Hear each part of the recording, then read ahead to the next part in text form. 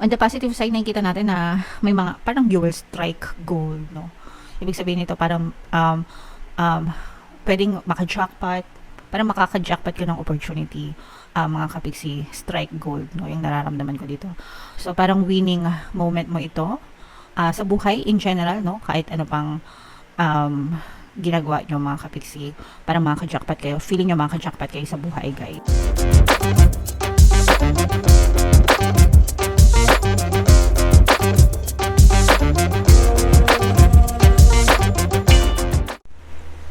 Hello guys, hello Cancer, welcome back to Pinoy Pixie Tarot. Ang pamagat ng episode natin for tonight is mid-month kapalaran para ngayong October 16 to 31 para sa Cancer, Sun, Moon, Rising, Sign, and Venus. In case hindi kayo nakaresonate dito guys, try nyo panoorin yung monthly taroscope nyo for October. Baka nandun yung energy nyo mga kapixie. So, unahin natin tong deck na to guys. Ito yung mga mensahe sa inyo ng inyong mga gabay. These are both negative and positive messages mga kapiksi. Unahin natin yung negative messages. We have resistance at saka erosion mga kapiksi. So, ito guys, ibig sabihin itong resistance, ito yung mga balakid, no? Kung mapapansin nyo yung image ng card, diba? Ito parang dalawang malaking bato na nagkabangga na ganyan. So, nagiging balakid siya sa inyong lakbayin papunta dun sa kabilang landas, mga kapiksi. So, ito yung mga sinasabi ko sa inyo na mga balakid sa buhay, mga kapiksi. Yung mga negative emotions na nararamdaman nyo, anger, hatred, resentment, grudges, mga complaint nyo, mga reklamo nyo, mga stress nyo, mga worry nyo, no? Kapag nagpapatong-patong yan, mga kapiksi, nagpapatong-patong din yung balakid, mas lalong lumalaki yung balakid sa buhay nyo. Balakid para magkaroon ng masagana at mapayapa at masayang pamumuhay, mga kapiksi. So, you have to really get rid, no? Of those negative emotions. Alisin nyo talaga sa buhay nyo yung mga negative emotions na yon para mawala itong mga resistance na to and mas maging maganda yung daloy ng blessings, ng pamumuhay in general sa inyong mga kapiksi. Okay? So, imbis na magreklamo, imbis na ma-stress, imbis na mag-worry, imbis na magalit guys, mag-focus tayo sa pagpapasalamat, no? Gratitude, love, patience, compassion, no? So, ganun lang. Habaan lang talaga natin guys yung pasensya natin. Huwag tayo matitrigger para hindi magpatong-patong yung mga kanigahan sa buhay natin. Erosion is paggunaw, mga kapiksi, no? Erosion, di ba? Pag sinabing erosion, nagugunaw. So, for some of you, maaaring may mga experiences kayo na maranasan, mga pagsubok, ganyan, sa buhay nyo, na parang feeling nyo, nagugunaw na yung mundo nyo, nagugunaw yung mga pag-asa nyo sa buhay, mga kapiksi. While it's normal na maka-experience ng mga challenges, and it's okay din naman na manega, kasi tao tayo, no? May emosyon tayo, mga kapiksi. Hindi tayo perfect, hindi tayo robot na walang emosyon, di ba?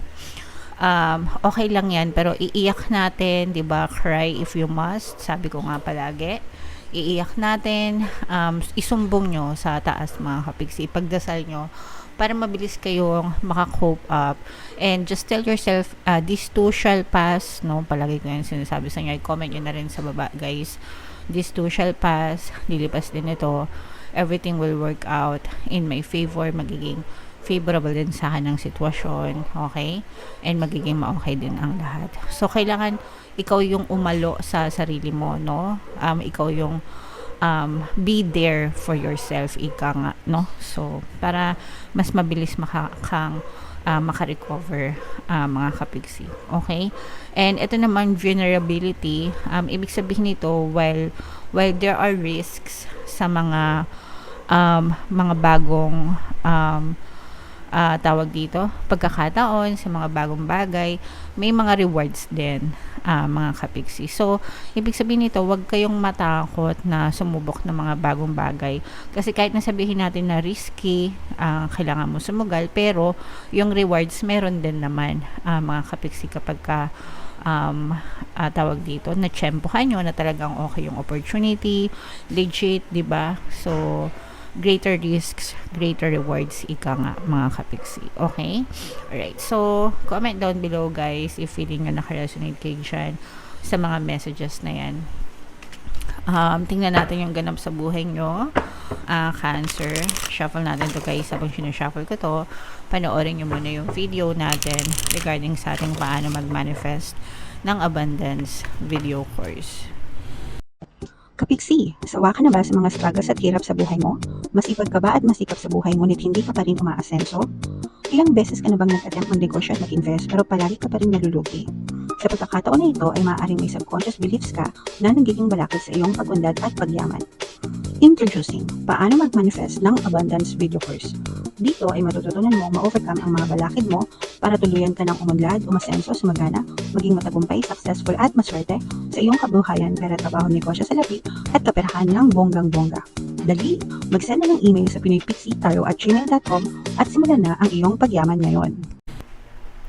Alright, so sa lahat ng gusto mag-avail ng course, guys, meron tayong freebie. Ngayong October, magbibigay tayo ng free 3-in-1 pampaswerte sa criminal, pampaswerte sa buhay, sa pera at sa love life worth 1,500. Yung freebie, mga kapiksi, hindi yung course, okay? And available lang yung freebie na course na subliminal pag nag-avail kayo ng course.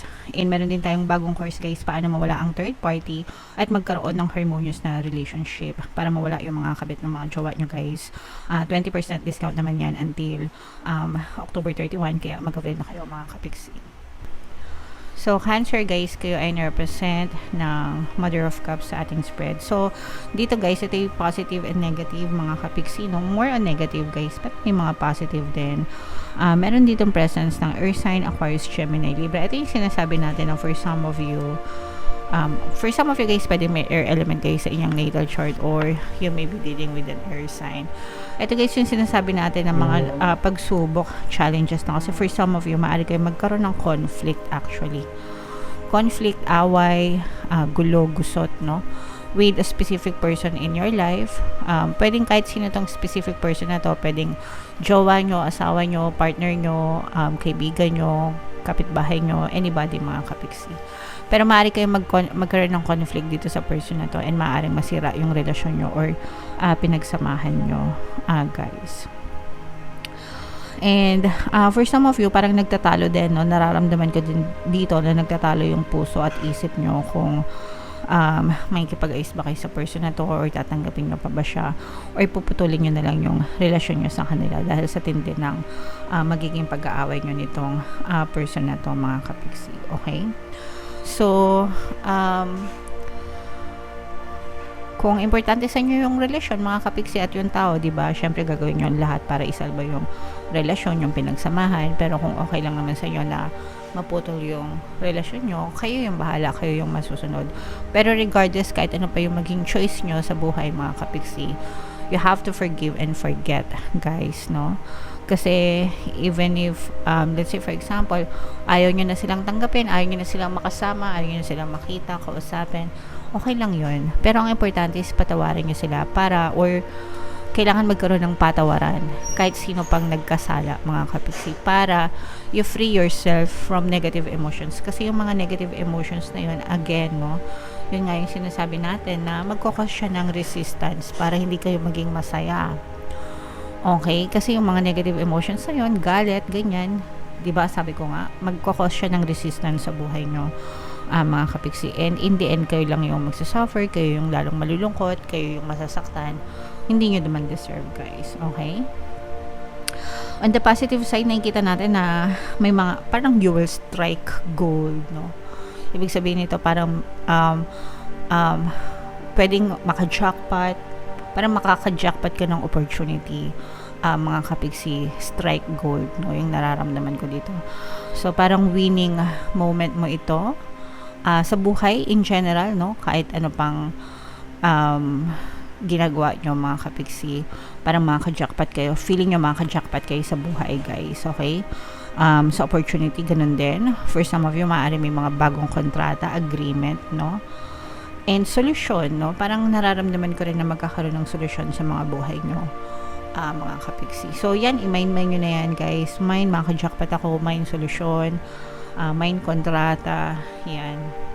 Jackpot sa buhay in general, mga kapiksi. So, ibig sabihin, magiging maganda yung takbo ng inyong pamumuhay. Ito yung dahil din sa good karma nyo, guys, no? At saka nakikita natin na yung iba sa inyo, ayan, no, this is financial gains, mga kapiksi. Ito parang feeling ko sigurado, no? Parang safe, secure spot, secure financial spot, ganyan. So, parang makaka-secure talaga kayo ng kaperahan. If meron kayo mga nilalakad na pera, let's say for example, naglalakad kayo ng loan, nanghihiram kayo ng kapital, ganyan. Parang masisecure nyo yung approval, yung slot, ganyan. Kung nag-a-apply kayo ng trabaho, masisecure nyo yung posisyon, yung ina-applyan nyo, mga ganun. Parang secure, parang safe, secure sa inyo na yan, mga kapiksi. And again, sabi ko nga, guys, na for some of you, maaari kayong makatanggap ng good karma. Meron ding movement akong nararamdaman, no? So parang ibig sabihin ng movement, paggalaw. So parang unti-unting gumagalaw yung iyong pamumuhay, mga kapiksi, regarding sa iyong finances, no? So ibig sabihin gumaganda yung kalagayan ng financial na kalagayan sa buhay mo. So you just have to persist, guys, every day, no? Every day kayo mag-affirm when it comes to money.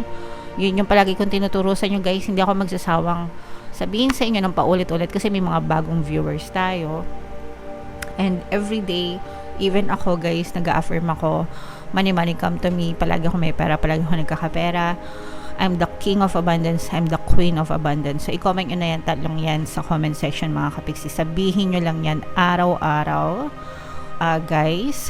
And talagang mararamdaman nyo, especially sa mga kapiksi natin na medyo kinakapos or medyo naghihirap sa pera, mga kapiksi. Just say those words every day. Parang ano yan, chant ko na yan, mga kapiksi, affirmations, chant, magic chant, ganyan. And talagang, ever since na nag-start ako mag-affirm ng ganyan, talagang sobrang gaan ng pasok ng pera sa buhay ko. Kaya sinishare ko yan sa inyo, mga kapiksi, para kayo din makatulong ako sa ganyang pamamaraan man lang, no? Pero again, iba-iba tayo ng resulta. Kung masipag kayo mag-affirm, naniniwala kayo, and malakas yung belief system nyo, mas mabilis siyang magbabago yung kaperahan nyo, yung buhay nyo sa kaperahan, mga kapiksi. Okay? So, i-mind nyo na to, guys, no? Mind financial security, financial gains, approval, etong mga tawag dito, good karma, yan, movement, no? Mga kontrata. I-mind nyo na yan lahat, guys, sa comment section, and comment down below if naka-resonate kayo. Okay? And ito yung ating 2025 kapalaran, guys. Panoorin nyo na. Ito naman yung ating success stories ng paano mag-manifest ng abundance with yung course. Click here to subscribe, mga kapiksi. And ito yung ating mga pampaswerte subliminals. Thank you for liking, sharing, and subscribing. And see you again next time. I love you all, mga kapiksi. Have a nice day. Bye-bye.